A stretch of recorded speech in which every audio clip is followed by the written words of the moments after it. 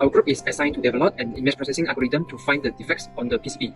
We are given two figures, where the figure at the left is defected PCB image and the figure at the right is reference PCB image. The theory and methodology for the defect detection process in PCB follows a series of image processing steps. Initially, the RGB image of both the defective and reference PCBs are converted to grayscale. This simplifies the process by focusing on intensity variations. Next, the absolute difference between defective and reference image is compared pixel by pixel to generate a difference map that highlights potential defects areas. To separate true defects from noise, a binary threshold value is applied to the difference map. This classifies pixels difference as 1 for defects and 0 for non-defects. The resulting binary mask is then overlaid on the original defective PCB image, where the detected defects are highlighted in white, while non-defective areas retain their original intensity. Finally, the results are presented visually, including the grayscale image of the defective and reference PCBs, the binary mask showing the detected defects, and the defective PCB image with the defects clearly highlighted. For MATLAB code, we start with loading the defective and reference PCB into MATLAB using IMRAID and the directory of the image in our laptop. Then, we convert the RGB images to grayscale using RGB to gray feature in MATLAB. Then, we resize both of the images to ensure that both of them can be processed together. We also compute the absolute difference between both images using IMABS-diff to get the pixel-wise difference between both images.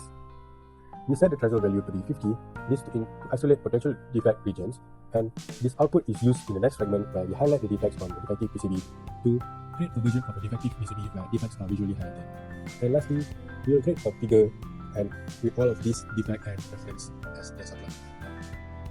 These are the results from the MATLAB coding before. So the top left and top right is the defective PCB image and the reference image that we load in.